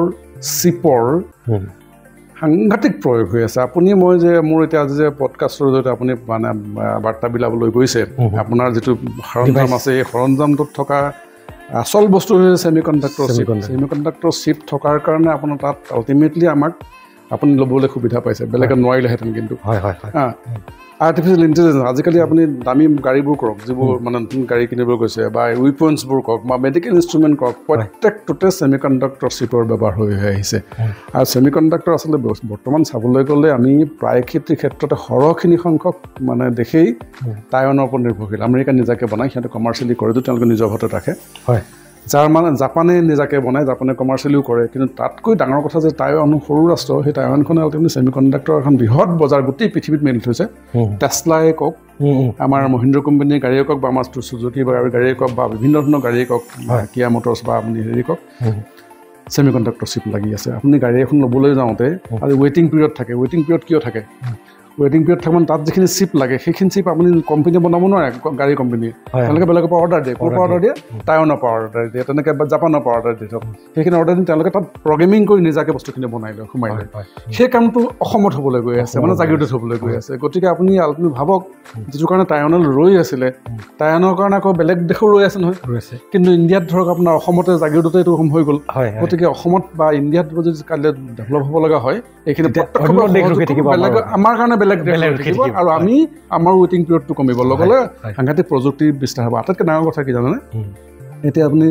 এই যে ৱাৰবোৰ হৈ আছে ৰাছিয়াৰ লগত ধৰক ইউক্ৰেইনৰ যুদ্ধ হৈছে বা ইজৰাইলৰ লগত মানে মধ্যপ্ৰাচ্যত যুদ্ধ হৈ আছে যিখিনি তাত কিন্তু এই ছেমিকণ্ডাক্টৰ প্ৰযুক্তি যিটো আৰ্টিফিচিয়েল ইণ্টেলিজেঞ্চ সেইটো কিন্তু সাংঘাতিক ভূমিকা পালন কৰি আছে আৰু এই ছেমিকণ্ডাক্টৰ ইণ্ডাষ্ট্ৰি সেইকাৰণে গুৰুত্ব আছে আজিৰ দিনত ভৱিষ্যতৰ যিটো প্ৰযুক্তি এখন দেশ শক্তিশালী বুলি ক'লে যিখন দেশৰ ছেমিকণ্ডাক্টৰ টেকন'লজি শক্তিশালী সেইখন দেশে বিশ্বৰ এখন শক্তিশালী ৰাষ্ট্ৰ সুন্দৰ সেইখনে শক্তিশালী আৰু ভাৰতে সেইকাৰণে নৰেন্দ্ৰ মোদী ডাঙৰীয়াক মাননীয় প্ৰধানমন্ত্ৰী মন্ত্ৰীটো স্বীকাৰ কৰিব লাগিব মানে শলাগ ল'ব লাগিব আমি যে তেখেতে এখন মানে ছেমিকণ্ডাক্টৰ ইণ্ডাষ্ট্ৰি হিচাপে ভাৰতক গঢ়ি লোৱাটো বিচাৰিছে আৰু তাৰ সুযোগ কিন্তু আমাৰ মাননীয় মুখ্যমন্ত্ৰী মহোদয়ে এইটো ল'লে আৰু জাগিৰোডত এটা সুযোগ পাইছোঁ ইয়াত সাংঘাতিক মানে নিযুক্তিৰ মানে হ'ব বহুত নিযুক্তি হ'ব এলাইড ইণ্ডাষ্ট্ৰি আহিব আপুনি চাব আজি জাগিৰোডখন অহা 10 বছৰ জাগিৰোডখন আপুনি আকাশ পাতাল পাৰ্থক্য কৰিব বহুত এলাইড ইণ্ডাষ্ট্ৰি আহিব কমিউনিকেশ্যন বাঢ়িব ডেভেলপমেণ্ট যথেষ্ট হ'ব এমপ্লয়মেণ্ট হ'ব এইটোৱে প্ৰযুক্তিৰ ক্ষেত্ৰত আমাক এটা নতুন শক্তি দিব হয় ছাৰ খুব ধুনীয়া লাগিলে এজন শিক্ষাবিদৰ দৰ্শনসমূহ কেনেকুৱা এখন জেগাত আমাৰ জাগিৰোডখন কি হ'বলৈ গৈ আছে আজি আমি হয়তো কল্পনা কৰিব নোৱাৰিম আৰু 10 বছৰৰ পিছত আমি আজি যদি জাগিৰোডৰ মানে ভিডিঅ' ফুটেজ কিছুমান ৰাখি থওঁ আৰু 10 বছৰৰ পাছত যদি জাগিৰোডৰ ফুটেজ লওঁ তেতিয়াহে অনুমান কৰিব পাৰিম যে কি কম্পেৰিজন হ'ল গতিকে আমাৰ অসমৰ বাবে এটা ৰিভলিউশ্যন হ'বলৈ গৈ আছে আৰু আমি আশা কৰোঁ আমাৰ যিটো আমাৰ অসম চৰকাৰৰে হওক বা আমাৰ অসমৰ এটা জ্বলন্ত সমস্যা যে নিবনুৱা সমস্যা বহুতখিনি সমাধান হয় গতিকে এই নিবনুৱা সমস্যা বহুতখিনি সমাধান হ'ব আৰু ছাৰ আশা কৰোঁ এনেকুৱা আপোনাৰ দৃষ্টিৰে ছাৰ যিহেতু নিবনুৱা সমস্যাটো আমাৰ অসমৰ এটা মাৰাত্মক সমস্যা যেনেকৈ বানপানীৰ সমস্যা গতিকে নিবনুৱা সমস্যাটো নিবাৰণৰ ক্ষেত্ৰত যেনেকৈ আজি ছেমিকণ্ডাক্টৰ ইণ্ডাষ্ট্ৰিটোৱে হেল্প কৰিব ঠিক তেনেকৈ আপুনি আপোনাৰ দৃষ্টিৰে আপোনালোকৰ অভিজ্ঞতা যথেষ্ট শৈক্ষিকভাৱে হওক বা আপোনালোকে সমাজৰ বিভিন্ন জেগাত ঘূৰি ফুৰে আজি এই অসমত বা কেতিয়াবা সুদূৰ মুম্বাইতো যায় বা দিল্লীতো যায় কিছুমান ছেমিনাৰত আপোনালোকে গতিকে আপোনালোকে অন্যান্য ষ্টেটসমূহত যিবিলাক ডেভেলপমেণ্ট দেখিছে বা আমাৰ অসমত সেই তেনেকুৱা কোনটো ছেগমেণ্ট আহিলে আৰু অলপ উন্নতি হ'ব বুলি আপুনি অনুভৱ কৰে অকণ আপোনাৰ দৃষ্টিকোণেৰে মানে কবিতা এটা পঢ়িছিলোঁ আমি আপুনিও পঢ়িছে বা সকলোৱে জানে সুখ সুখ বুলি মানুহ বলিয়া দেখে সুখৰ মুখ হয়নো সুখ বিচাৰি পায় সংসাৰত দুখৰ দুখ মানে আল্টিমেটলি শেষত দেখিব ঘৰতে সুখ আছে তাৰ পৰিণতি তেনেকুৱা যে ঘৰতে সুখ আছে আপোনাৰ ঘৰত মাটি থকা যিখিনি মাটি আছে আমাৰ খেতিখিনি আছে আমাৰ মানে পলিটিচিয়ানবোৰে কৈ থাকে যে আমাৰ কৃষি নিৰ্ভৰশীল একেবাৰে সঁচা কথা আমি হাতৰ বস্তু মানে হাতৰ কোঠাৰ ভৰিত মাৰি আছোঁ আমাৰ খেতি পথাৰখিনি বিক্ৰী কৰি দিলোঁ ধুনীয়া কথা কৈছে আপুনি আমাৰ যদি খেতি মাটি সদব্যৱহাৰ কৰে আমাৰ যদি পথাৰখনক সদব্যৱহাৰ কৰোঁ তেতিয়াহ'লে আমাক বেলেগ প্ৰযুক্তি নালাগে কাৰণ সকলোকে চাকৰি দিব নোৱাৰে আমাৰ বৃহৎ এখন জনসংখ্যাৰ দেশ চৰকাৰে চাকৰি আপোনাক কেইটা চাকৰি সৃষ্টি কৰিব কেইটা উদ্যোগ সৃষ্টি কৰিব ধৰক আৰু উদ্যোগে আল্টিমেটলি কেৱল ধ্বংস মাতে মানে সকলোৱে গ'লে প্ৰযুক্তি মানে কি কয় মই সামগ্ৰিকভাৱে কথাটো নকওঁ পৰিৱেশনৰ মানে পৰিৱেশৰ ক্ষেত্ৰতে ধৰক প্ৰভাৱ পেলাই কিন্তু আমাৰ কৃষিয়ে কেতিয়াও সেইটো বিৰূপ প্ৰভাৱ নাপেলায় পৰিৱেশত গতিকে আমি কৃষিৰ জৰিয়তে আপোনাৰ ধৰক আজিকালি বহুত মডাৰ্ণ মেচিন আহিছে এতিয়া ধান কটা মেচিন মানুহৰ ঘৰে ঘৰে মৰণা মেচিন মানুহৰ ঘৰে ঘৰে আগতে সেইবোৰ সপোন আছিলে ৰিচাৰ্চৰ লেবৰেটৰীত আছিলে গতিকে আপুনি যদি ভালকৈ ধানখিনি কৰে এতিয়া মানে চেল কৰি দুপইচা অৰ্জন কৰিব পাৰে নিজেও খাব পাৰিলে আল্টিমেটলি সেইখিনিৰ জৰিয়তে আল্টিমেটলি কি হ'ল বছৰত আমি এটা খেতিকালৈ পেলাই থওঁ গতিকে পথাৰখনক যদি আমি সদব্যৱহাৰ কৰোঁ মই ভাবোঁ আমাৰ নিবনুৱা সমস্যা সমাধানৰ ডাঙৰ এটা সমস্যা সমাধান হ'ব ডাঙৰ আমি 2 নম্বৰতে আমি মানসিকতাটো চেঞ্জ কৰিব লাগিব যে আমি মানসিকতা সলনি কৰিব লাগিব যে মই শিক্ষিত হৈছোঁ গতিকে মই আৰু ক'তনো খেতি কৰিবলৈ যাম নহয় উল্টা কথা এটা আচলতে মই ভাবোঁ আমি বেছিকৈ শিক্ষিত হৈছোঁ আমি আধুনিক প্ৰযুক্তি প্ৰয়োগ কৰি আমি খেতি কৰিম খুব ধুনীয়া লাগিলে সেইটো হ'ব লাগে বিশেষকৈ চবতছে ডাঙৰ কথাটো হৈছে যে আমাৰ ভিজন পইণ্ট অফ ভিউ আমি চেঞ্জ কৰিব লাগিব আৰু সেইকাৰণে মই প্ৰাক মুহূৰ্ততে আপোনাক সুধিছিলোঁ যে ছাৰ আপুনি বোকা গছকি পেলাই নাঙল বাই পেলাই আজি আহি এখন কলেজৰ প্ৰিন্সিপাল হৈছে গতিকে আজি এজন প্ৰিন্সিপালৰ মুখত মই দৰ্শকৰে ক'ব বিচাৰিছোঁ যে এখন মহাবিদ্যালয়ৰ প্ৰিন্সিপাল ছাৰে এইটো কওঁতে কুণ্ঠাবোধ কৰা নাই যে আমাৰ পথাৰখনত কাম কৰাটো কিবা এটা হীনমন্যতা কাম আমাৰ বাবে সেইটো হীনমন্যতা হিচাপে সেই নজৰীয়াটো বা সেই হীনমন্যতাটো আমাৰ নিজৰ মাইণ্ডত ফিটিং কৰিছোঁ আমাৰ নিজৰ মানসিকতাই গতিকে আমাৰ খেতি মাটিসমূহতো ছাৰ এতিয়া বহুতেই দুখৰ কথা যে আমাৰ খেতি মাটি এতিয়া বৰ্তমান অনা অসমীয়াৰ হাতত একেবাৰে আৰু আমাৰ গোটেই অসমৰ ফুড ইণ্ডাষ্ট্ৰিটো বিশেষকৈ শাক পাচলিৰ ক্ষেত্ৰত যদি আপুনি চাই অনা অসমীয়া গোটেই ইণ্ডাষ্ট্ৰিটো ডমিনেট কৰি ৰাখিছে গোটেই ফুড চেইনডাল ডমিনেট কৰি ৰাখিছে আৰু মই নমস্কাৰ জনাওঁ আপোনালোকক অনা অসমীয়াসকলক যে আপোনালোক যদি নাথাকিলেহেঁতেন হয়তো আমি আমাৰ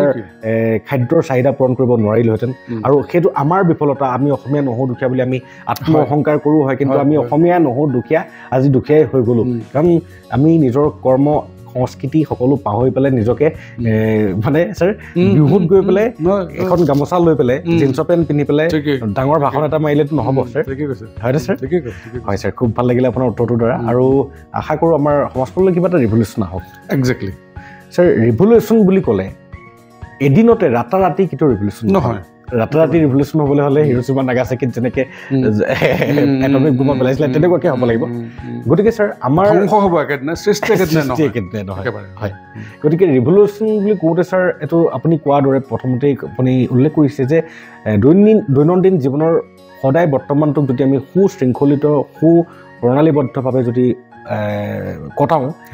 নিজৰ কামসমূহ যদি শৃংখলিত ৰূপত যদি মানে নিপটাই যাওঁ এটা এটাকৈ তেতিয়াহ'লে মই মোৰ কাইলৈ কোনটো দিশত যাব লাগিব মই গম পাম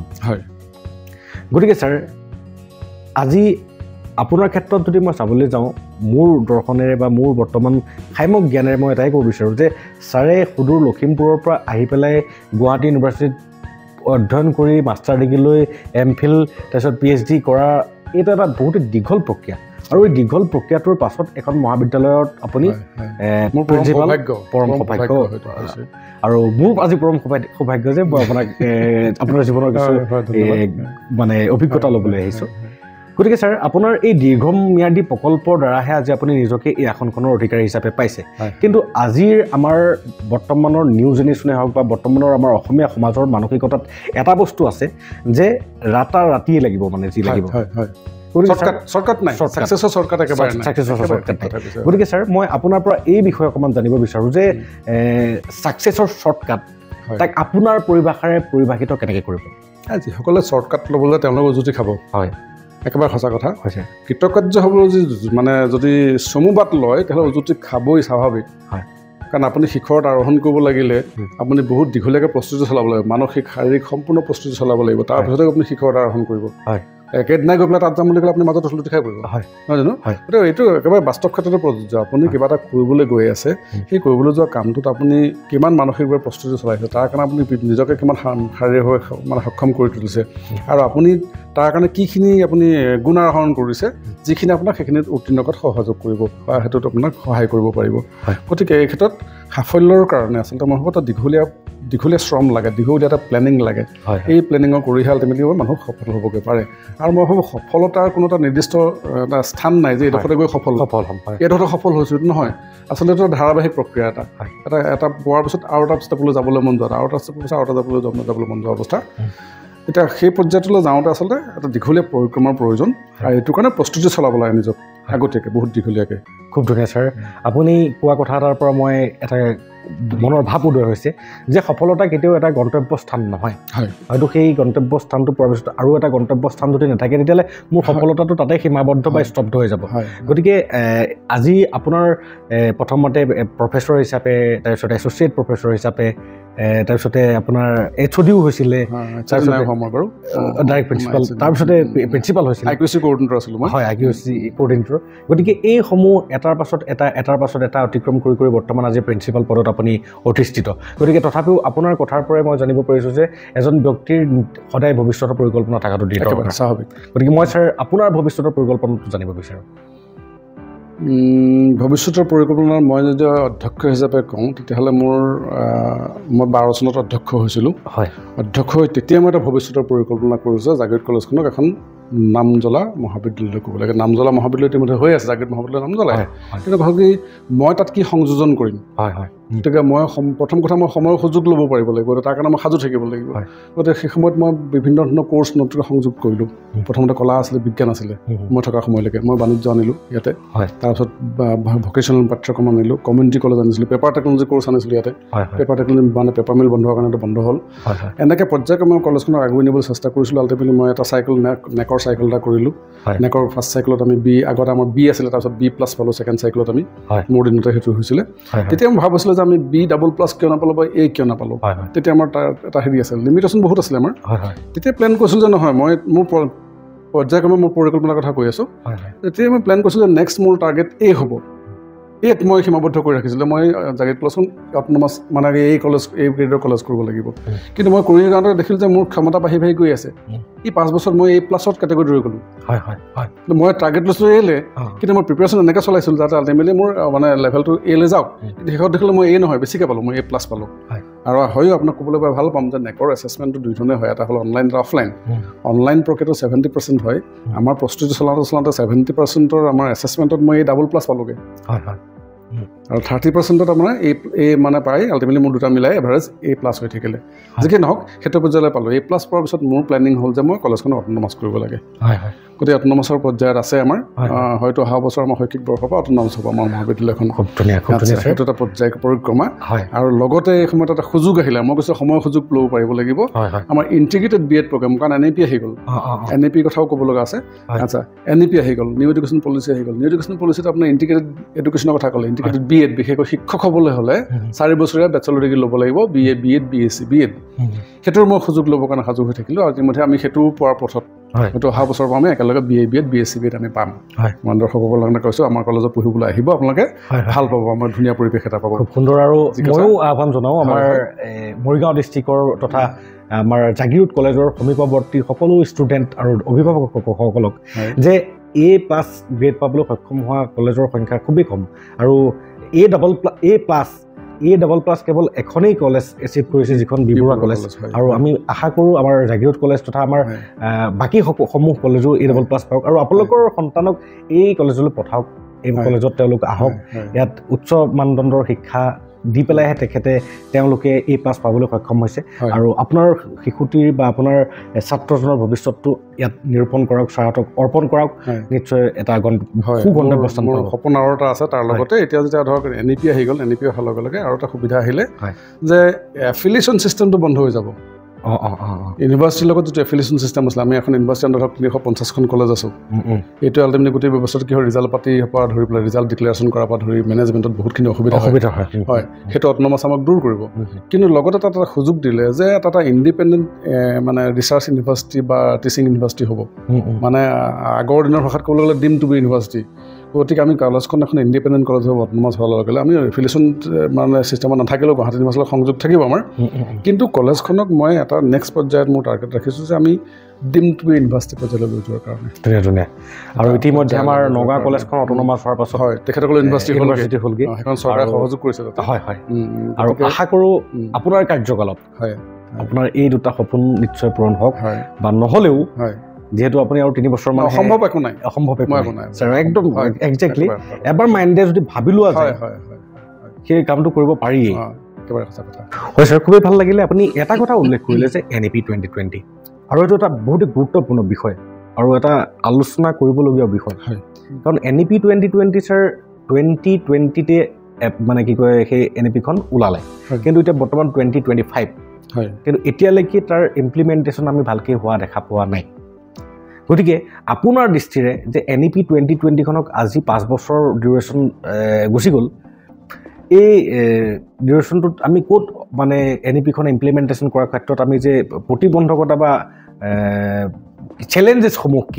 কি চেলেঞ্জেছ আমি মানে পাইছোঁ যাৰ দ্বাৰা আমি NEPখনক সম্পূৰ্ণ ৰূপত বিস্তাৰিত কৰাত অক্ষম বুলি ক'ব লাগিব বৰ্তমান আচলতে অক্ষম বুলি মই নাভাবোঁ তাৰমানে ultimately NEP new education policy বা নেশ্যনেল এডুকেশ্যন পলিচি বুলিও ক'ব পাৰে নিউ এডুকেশ্যন পলিচি 2020 2020ত গ্ৰহণ কৰিছিলে কাৰণে তাক 2020 বুলি কোৱা হয় আমি ইমপ্লিমেণ্ট কৰিছোঁ 2023 চনৰ পৰা অসমত বিশেষকৈ গুৱাহাটী ইউনিভাৰ্চিটিৰ আণ্ডাৰত আৰু এইটো আচলতে ৰাজ্য চৰকাৰৰ ওপৰত নিৰ্ভৰ কৰে এখন মানে শিক্ষা যিহেতু মানে ষ্টেটৰ অধীনত হয় গতিকে NEP অসমত 23 চনত ইমপ্লিমেণ্ট হৈছে আৰু যিকোনো এটা বস্তু যে আৰম্ভণিতে আপোনাৰ ধৰক বিভিন্ন ধৰণৰ ঘাট প্ৰতিঘাত থাকে বিভিন্ন ধৰণৰ ধৰক মানে ইমপ্লিমেণ্টিং চেলেঞ্জেছ থাকে গতিকে NEP 2020 আমি আৰম্ভ কৰাৰ ক্ষেত্ৰত আমি ভাবিছোঁ সফল হৈছোঁ প্ৰথম কথা এটা ডাঙৰ দীঘলীয়া এটা পৰিক্ৰমাৰ পিছত এটা গৱেষণাৰ অন্তত কষ্টুৰিৰঞ্জন ডাঙৰীয়াই তেখেতে এটা মানে খুব মানে সুচিন্তিত এটা আউটকাম দিছে তেখেতৰ নেতৃত্বত আচলতে বৃহৎ টীম এটাই আৰু এই আউটকামটো ইমানেই সুদূৰ প্ৰসাৰী যে আপুনি মানে ছাত্ৰ ছাত্ৰীৰ যিটো আগৰ যিটো আমাৰ লিমিটেড হেৰি আছিলে মানে চাৰ্কুল আছিলে যে এইটো সময়তে এইকেইটাই পঢ়িব লাগিব 3 বছৰ পঢ়াৰ পিছতে বেচেলৰ ডিগ্ৰী হ'ব পাৰিব স্কুল পৰ্যায়ে মই কথাখিনি নকওঁ মই কলেজৰ ফালে গৈ আছোঁ কাৰণ মানে বেলেগ পৰ্যায়ত আহি কলেজৰ পৰ্যায় পাইছে মই কলেজৰ অধ্যক্ষ হিচাপে কলেজৰ পৰ্যায়ৰ কথা কৈছোঁ যে ছাত্ৰ ছাত্ৰীসকলে আগতে কি হৈছিলে যে 3 বছৰ পঢ়িবই লাগিব 3 বছৰ পঢ়াৰ পিছতহে তেওঁ ডিগ্ৰীটো পাব তাৰ বিকল্প নাই মাজত যে কোনোবা ড্ৰপ কৰি গুচি গৈছে যাব লগা হৈছে বাধ্যত পৰি তেওঁলোকৰ কোনো বিকল্প নাছিলে গতিকে এতিয়া কি হৈছে যে মাল্টিপুল এণ্ট্ৰি এক্সিট কনচেপ্টটো আহিছে আপুনি ধৰক এবছৰ পঢ়িলে আপোনাৰ কিবা কাৰণত ঘৰত অসুবিধা হ'ল সেইকাৰণে আপুনি ৰৈ যাব লগা হ'ল আপুনি ধুনীয়াকৈ ওলাই গ'ল কিছুদিনৰ কাৰণে আকৌ সেই পুৰণাকৈ আপুনি চিষ্টেমত সোমাব পাৰে এই যে প্ৰায়ৰ নলেজটোক আপোনাৰ ৰিকগনাইজ কৰা হ'ল সেই কনচেপ্টটো আল্টিমেটলি NEPয়ে দিলে 2 নম্বৰ কথাটো হ'ল যে তেওঁ আকৌ ধৰক আকৌ এবছৰ পিছত যাব লগা হ'ল তেওঁ ওলাই গ'ল আকৌ সোমাব পাৰিব তাৰমানে কি কোনোবাই ধৰক এতিয়া আধৰুৱা হৈ চাকৰি পালে কোনোবাই ঘৰৰ অসুবিধাৰ কাৰণে তেওঁ কিন্তু পঢ়াৰ মন আছিলে আগতে সেইটো উপায় নাছিলে তেওঁ যিহেতু কমপ্লিট নকৰিলে গতিকে তেওঁ ডিগ্ৰী নাপালে আৰু ইয়াতে কি হৈছে এবছৰত চাৰ্টিফিকেট এখন পালে তাৰপিছত ডিপ্ল'মা পালে তাৰপিছত ডিগ্ৰী পাব এতিয়া 4 বছৰীয়া হ'ল গতিকে ডিগ্ৰী উইথ অনাৰ্ছ এনেকুৱা কথা আহিলে অনাৰ্ছ এণ্ড ৰিচাৰ্চ এনেকুৱা কথা আহি গৈছে ইয়াৰ লগতে আনুষংগিকভাৱে কি হৈছে এটা ল'ৰাই মানে বা ছোৱালীয়ে বেলেগ ছাবজেক্টটো তেওঁ ল'ব পাৰে বেলেগ এটা দিশত গৈ পেলাই কিন্তু বাস্তৱৰ ক্ষেত্ৰত সেইটো আচলতে খুব মানে আপুনি কোৱাৰ আগতে চেলেঞ্জেছ বুলি ক'ব লাগিব কাৰণ মহাবিদ্যালয়সমূহত ধৰক আমাৰ ছাত্ৰ ছাত্ৰী বহুত আপোনাৰ যদি ছাত্ৰ ছাত্ৰীৰ সংখ্যা এটা ডিপাৰ্টমেণ্টত 20 জন 25 জন হ'লহেঁতেন তেতিয়াহ'লে আমি ধৰক ইমপ্লিমেণ্টেশ্যন অসুবিধা নাপালোহেঁতেন কিন্তু আমাৰ যেতিয়া 200 300 400 500 ল'ৰা ছোৱালী যেতিয়া আমি এটা ক্লাছত ল'ব লগা হয় গতিকে আমাৰ কি হয় ছাবজেক্ট কম্বিনেশ্যনত অসুবিধা হয় গতিকে একজেক্টলি আমি যিটো বিচাৰিছে বা NEPয়ে যিটো বিচাৰিছিলে আমি সেইটো ক'ব পৰা নাই এই আদাৰৱাইজ কিন্তু ইমপ্লিমেণ্টেশ্যন আমি অসুবিধা পোৱা নাই ছাবজেক্ট চেঞ্জৰ ক্ষেত্ৰত আৰু ইউনিভাৰ্চিটিৰ ক্ষেত্ৰত কি হয় ধৰক ইউনিভাৰ্চিটিয়ে একেলগে বহুত কাম কৰিব লগা হয় তাৰ মাজত ইমপ্লিমেণ্টেশ্যন কৰোঁতে নতুন চিন্তাধাৰা আহি থাকে সেইকাৰণে সংশোধনো হৈ থাকে গতিকে এতিয়াও এই বছৰ ধৰক 4 বছৰীয়া মানে পাঠ্যক্ৰমটোৰ এই 4th ছেমিষ্টাৰ আৰম্ভ হৈছে আমাৰ NEP 2023 পৰা ষ্টাৰ্ট কৰাৰ পিছত 4th ছেমিষ্টাৰ আৰম্ভ হৈছে এতিয়া বহুত সংশোধনী হৈছে সেইবোৰ সংশোধনীৰ জৰিয়তে আচলতে মানে ৰিফাইন ছিষ্টেম এটা যাবলৈ খুজি আছে অলপ টাইম লাগিব সময় লাগিব কিন্তু মানে ছাত্ৰ ছাত্ৰীৰ কাৰণে ভাল হৈছে মই ভাবোঁ বহুতখিনি ভাল হৈছে খুব সুন্দৰ ছাৰ ভাল লাগিলে আৰু আমাৰ কাম প্ৰশ্ন সোধা গতিকে আমি প্ৰশ্ন সোধোতে বহু ধৰণেও সুধিবলগীয়া হয় গতিকে আমি উত্তৰখিনি কেনেকৈ সন্তুষ্টিমূলক উত্তৰ পাওঁ তাৰে আমাৰ কামনা আৰু আমি এজন শিক্ষাবিদৰ পৰা এই উত্তৰসমূহ বৰ্তমান সমাজখনলৈ দিবৰ কাৰণে চেষ্টা কৰিছোঁ যাতে আমাৰ সমাজখনে জ্ঞান বাৰ্তাৰ জৰিয়তে এখন ইউনিভাৰ্চিটি লেভেলৰ কনচেপ্টসমূহক বুজি পায় ছাৰ কাৰণ আমি বুজি পোৱা নাছিলোঁ মই ব্যক্তিগতভাৱে যে আমি BSc পঢ়িলে বা মই ছায়েন্সত পঢ়িলে কি হ'ব আৰ্টছত পঢ়িলে কি হ'ব এই বস্তুবিলাক আমি বুজি পোৱা নাছিলোঁ এই ল'ৰাটোৱে মেট্ৰিকত ছায়েন্সত লেটাৰ মাৰ্ক পাইছে গতিকে ছায়েন্সত আমাৰ কনচেপ্টটো সেইমতেদি চলে আৰু আমাৰ এটা কথা যে আমাৰ টিচাৰসকলেও আমাক মানে সঠিক পথটো ল'বলৈ দিয়াৰ ক্ষেত্ৰত কোনোবা ক্ষেত্ৰত এমাহি কৰে বা তেওঁলোকো অসফল যেন লাগে মই নিজৰ ব্যক্তিগত অনুভৱৰ পৰাহে কৈছোঁ কথাটো ছাৰ আহি মই আপোনাৰ ব্যক্তিগত জীৱনৰ এটা অভিজ্ঞতা মই জানিব বিচাৰোঁ যে এজন প্ৰিন্সিপাল ছাৰৰ জীৱনৰ যেতিয়া প্ৰিন্সিপাল ছাৰ হিচাপে আপুনি জাগিৰোড কলেজৰ সেই মানে আসনখন অলংকৃত কৰিবলৈ আহিছিলে আপোনাৰ বাবে অহা আটাইতকৈ ডাঙৰ চেলেঞ্জেছবিলাক কেনেকুৱা আছিলে আপুনি কোন ক্ষেত্ৰত নিজকে সফল হোৱা যেন পাইছে কোন ক্ষেত্ৰত নিজকে কেতিয়াবা ডিমোটিভেট হোৱা যেনো পাইছে আৰু তাক কেনেকৈ অভাৰকাম কৰিছে এজন কলেজ প্ৰিন্সিপালৰ জীৱনৰ কৰ্মদক্ষতাসমূহৰ একদম গোটেই স্পাৰ্ক কৰিব বিচাৰোঁ যাতে আমাৰ বৰ্তমান সমাজৰ যিসকলে ভৱিষ্যতলৈ গৈ কলেজৰ প্ৰিন্সিপাল হোৱাৰ সপোন দেখিছে তেওঁলোকে জানক যে এজন কলেজৰ প্ৰিন্সিপালৰ জীৱনৰ কৰ্মসমূহৰ অভিজ্ঞতা কেনেকুৱা খুব জটিল প্ৰশ্ন আপুনি যেটা কৰিছে প্ৰশ্নটো খুব পোনপটীয়া উত্তৰ দিয়া সম্ভৱ নহয় আচলতে তথাপিতো মই কওঁ যে প্ৰথম কথা এজনে যেতিয়া অধ্যক্ষ হিচাপে আসন গ্ৰহণ কৰে তেওঁ আল্টিমেটলি প্ৰথম কথা হ'ল যে তেওঁ নিজে কাম কৰিব পাৰিব লাগিব তেওঁ আনৰ ওপৰত নিৰ্ভৰ হ'বলৈ যায় তেতিয়াহ'লে তেওঁ আল্টিমেটলি ছাকচেছফুল প্ৰিন্সিপাল নহ'ব কেতিয়াও ধুনীয়া কথা কৃতকাৰ্য মানে সফল অধ্যক্ষজন হ'ব লাগিলে নিজে কাম কৰিব লাগিব আৰু কামৰ ক্ষেত্ৰত তেওঁ এটা নিৰ্দিষ্ট মাৰ্গদৰ্শন থাকিব লাগিব যে মই এইখিনি কৰিলে এইখিনি পাম বা এইখিনি মই নিৰ্দিষ্ট সময়ত কৰিব লাগিব মই যি অফিচত আহি পেলাই আজি হেৰি কৰি পেলাই উপস্থিত নাথাকিলোঁ বা উপস্থিত থাকিও মই বেলেগ কামত ৰাজহুৱা কামত ঘূৰি ফুৰিলোঁ মই কলেজত সময় নিদিলোঁ তেতিয়াহ'লে আপুনি কি হ'ব মই অধ্যক্ষ হিচাপে সেই অনুষ্ঠানটোক মই জাষ্টিফাই কৰা নহ'ব মই মানে যিটো মানে ন্যায় দিব লাগে সেই ন্যায় দিয়াৰ পৰা মই বঞ্চিত হ'ম গতিকে প্ৰথম কথা যে মই কলেজখনক এটা সম্পূৰ্ণ টাইম দিব লাগিব আৰু মই কলেজখনক ভৱিষ্যতৰ কাৰণে লৈ যাব লাগিব যাতে ভৱিষ্যতে আল্টিমেটলি ভৱিষ্যতটোৱে আমাক নিজে নিজে বৰ্তমানটোৱে লৈ গৈ থাকে ভৱিষ্যতৰ কাৰণে গতিকে মোৰ প্ৰথম কথাটো মই আকৌ কৈছোঁ আৰু 2 নম্বৰ কথা যে আমাৰ সাধাৰণতে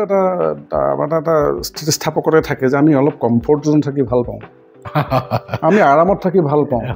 গতিকে আৰামত থাকি কাম কৰা ভাল পোৱা মানুহ হিচাপে যেতিয়া মই অলপ দুটা কাম বেছিকৈ কৰিব লাগিব তেতিয়া কাৰণ সাধাৰণতে অকণমান টান পোৱা এটা ৰেজিষ্টেঞ্চ আহে আপুনি যিটো কথা কৈ আছে চেলেঞ্জ বুলি কৈ আছে সেই চেলেঞ্জবোৰ তেনেকুৱা চেলেঞ্জ পাইছোঁ নোপোৱা নহয় যে মই এটা ধুনীয়া কমফৰ্ট জোনত আছোঁ তাতকৈনো মই কেলৈ বেলেগ কাম কৰোঁ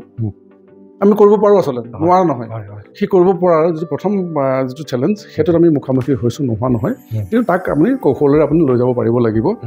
সমাজত বিভিন্ন ধৰণৰ মানুহ থাকে ধৰক কোনোবাই কাম কৰি ভাল পায় কোনোবাই কাম কৰি বেয়া পায় তাৰ মাজত কিছুমান আছে কাম কৰিলে আপোনাক প্ৰেৰণা দিব কিছুমান কাম কৰিলে সমালোচনা কৰিব একেবাৰে স্বাভাৱিক যে নৰেন্দ্ৰ মোদী আমাৰ পৃথিৱীত সমালোচনা কৰি আছে কথা কৈছোঁ ভাৰতত বিভিন্ন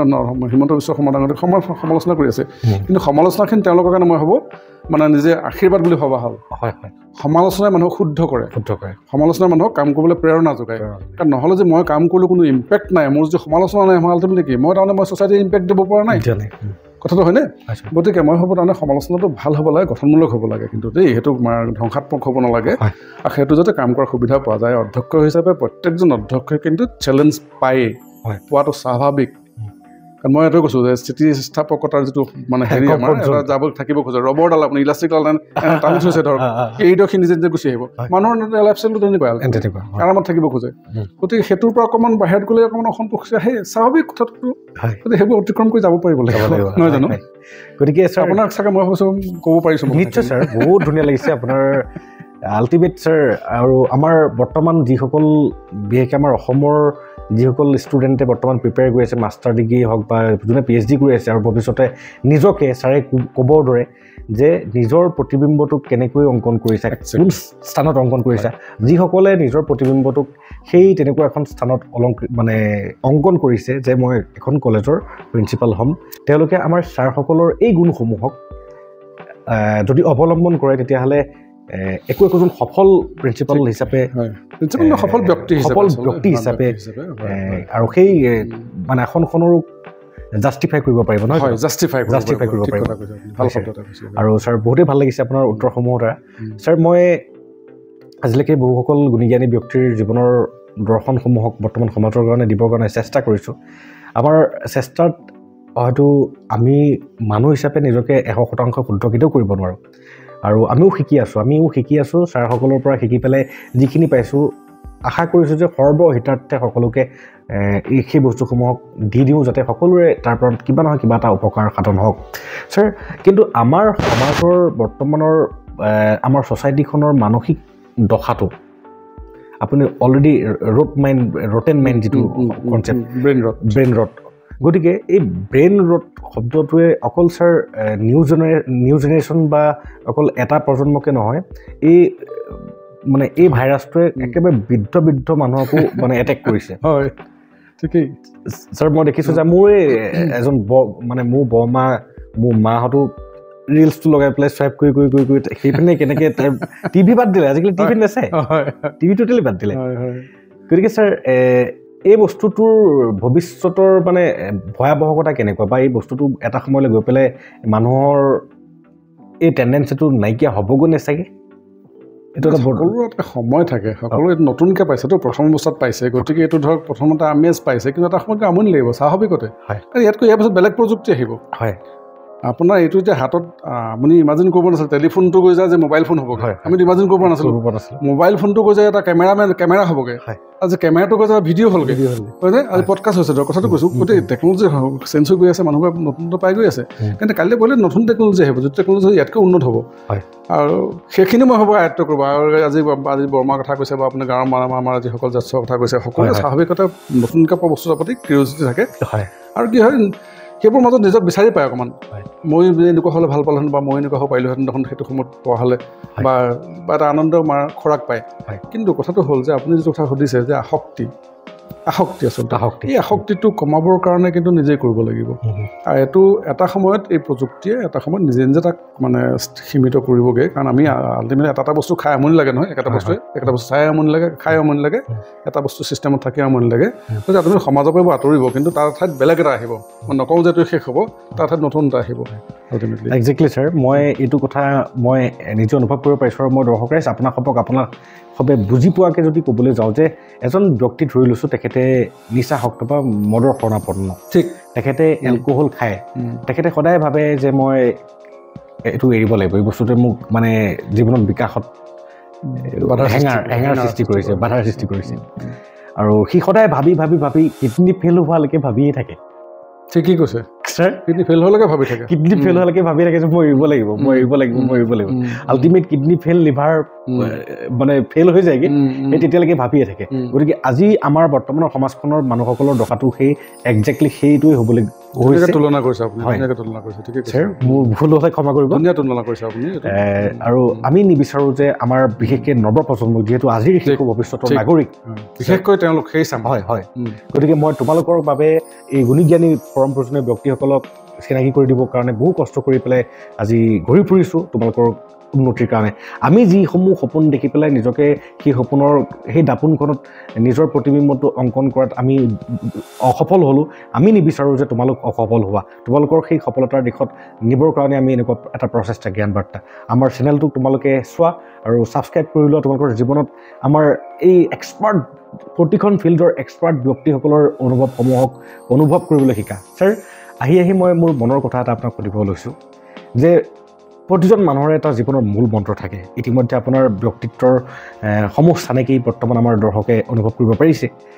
ছাৰ মই জানিব বিচাৰোঁ যে আপোনাৰ সেইটো কোনটো মূল মন্ত্ৰ আছিল যিটো মূল মন্ত্ৰ আপোনাক শক্তিৰ ইন্ধন হিচাপে আজি 57 ইয়াৰ্ছ বয়সতো এজন ডেকা ল'ৰাৰ দৰে উৎফুল্লিত এটা মন তথা উৎফুল্লিত এটা শক্তিশালী শৰীৰৰ গৰাকী কৰি তুলি ৰাখিছে প্ৰথম কথা নিজৰ মনটো হয় মই এটা ফিলচফিত বিশ্বাস কৰোঁ সেইটো মই এতিয়া নহয় মই মোৰ সময়ত মই যেতিয়া মাষ্টাৰ ডিগ্ৰী পঢ়ি আছিলোঁ পেপাৰ এটা সাক্ষাৎকাৰ লৈছিলোঁ আমাৰ লগৰ বন্ধু কেইজনমানৰ লগত একেলগে তাত মই এটা কথা লিখিছিলোঁ হাই লিভিং হাই থিংকিং চিম্পল লিভিং হাই থিংকিং বুলি সাধাৰণতে মানুহে কয় মই ভাবোঁ তাৰমানে হাই লিভিং হাই থিংকিং মানে এনেকুৱা নহয় যে মই ড্ৰেছপাতি পিন্ধি খুব চৌখিন হ'ম মই গাড়ী পিন্ধি ঘূৰি থাকিম তেনেকুৱা নহয় হাই লিভিং চিন্তাটো আচলতে মনৰ ভিতৰত কৰ্ষণ কৰিব পাৰিব লাগিব হাই লিভিং হাই থিংকিং সেইমতে মই চিন্তা কৰিব পাৰিব লাগিব যে মই বৰ্তমান যিটো পৰ্যায়ত আছোঁ তাতকৈ মই ওপৰলৈ যাব লাগিব তাতকৈ মই ওপৰত যাব লাগিব এই যে ওপৰলৈ যাব পৰা যিটো মানসিকতা সেইটো কিন্তু ব্যক্তিজনেহে নিজে পাৰে তাক বেলেগে কৰি দিব নোৱাৰে এজন ছাত্ৰ বা এজন ছাত্ৰী এগৰাকী ছাত্ৰীয়ে মানে সেইটো নিজৰ ভিতৰত নিজে কৰ্ষণ কৰি ল'ব লাগিব যে মই এজন ভাল মানুহ হ'ম মই সমাজৰ এজন মানুহ হ'ম মই সমাজৰ কাৰণে কিবা এটা কৰিম তো মোৰ ফিলচফিটো হ'ল যে মই যি কৰোঁ মোৰ চেষ্টাৰে কৰিম মই আনৰ শৰণাপন্ন নোহোৱাকৈ মই নিজৰ কাম কৰিম তাৰ কাৰণে মই মোৰ মানে শক্তিখিনি আহৰণ কৰিব লাগিব মই নিজে শিকিব লাগিব আৰু সেই শিকা কামটো মই পঢ়ি থকা দিনৰ পৰাই কৰিছিলোঁ মই আপোনাক ক'বলৈ পাই ভাল পাম যে মই স্কুলৰ যিটো আমাৰ ক্লাছ 10 হাতৰ কাম দিয়ে যায় আগতে আমাক হাতৰ কাম দিছিলে নহয়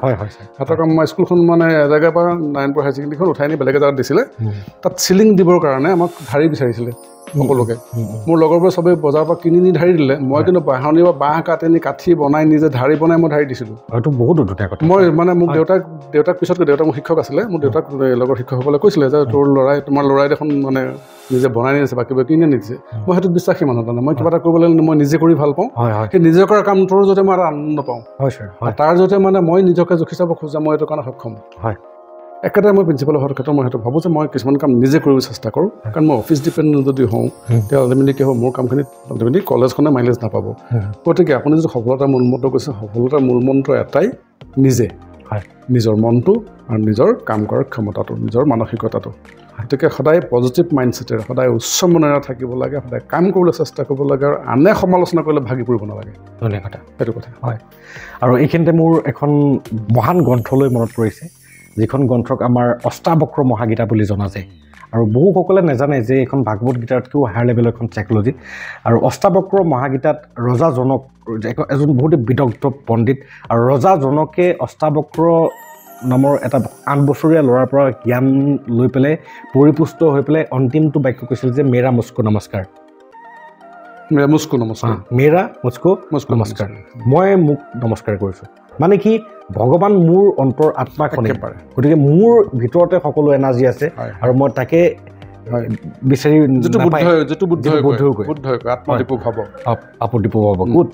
ধুনীয়া লাগিলে আৰু ছাৰ আজি মই আপোনাৰ লগত পতা কথাসমূহৰ দ্বাৰা মই আশা কৰিছোঁ আমাৰ বৰ্তমানৰ দৰ্শক ৰাইজে নিশ্চয় কিবা নহয় কিবা এটা মানে পাবলৈ সক্ষম হৈছে আৰু আগন্তুক পৰ্যায়ত ছাৰ আপুনি এনেকৈ আপোনাৰ কৰ্মৰ দক্ষতা সম্পন্নভাৱে আগবাঢ়ি থাকক তাৰে কামনা কৰিছোঁ আৰু লগতে দৰ্শক ৰাইজ আপোনাক সদৌ আমাৰ ছাৰৰ সুস্বাস্থ্য তথা দীৰ্ঘায়ুৰ বাবে আশীৰ্বাদ জনাব আপুনি সুদূৰ নগাঁৱৰ পৰা আহিছে আপুনি মটৰচাইকেলত আহিছে চব বাছেৰে আহিছে আহি মোৰ সাক্ষাৎকাৰ লৈছে পডকাষ্টৰ জৰিয়তে এইটোতো আপোনাৰ সঁচাকৈ মহান প্ৰচেষ্টা এটা মহৎ প্ৰচেষ্টা এটা কাৰণ আপুনি সমাজৰ আনকেইজনৰ নিচিনা নহয় অন্য কেইজনৰ কাৰণে ব্যতিক্ৰম প্ৰযুক্তিৰ সুযোগ লৈছে আপুনি সেই সুযোগৰ যে আপুনি কাৰ কাৰণে কৰিছে আপুনি নিজৰ কাৰণে কৰা নাই কিন্তু আপুনি সমাজৰ দহৰ কাৰণে কৰিছে ভৱিষ্যতৰ প্ৰজন্মৰ কাৰণে কৰিছে বা যিসকলে কৰিছে তেখেতসকলক জনমানসত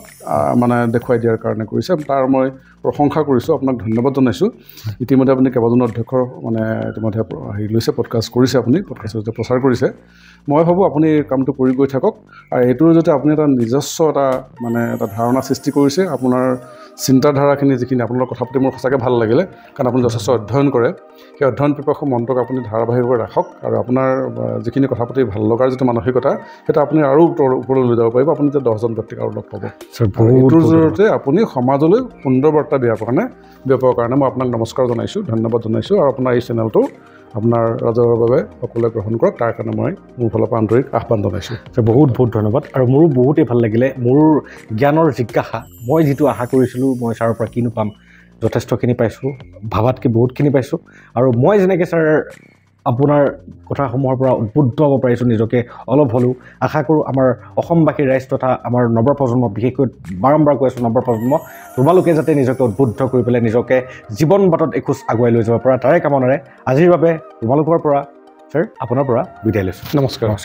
সকলোকে নমস্কাৰ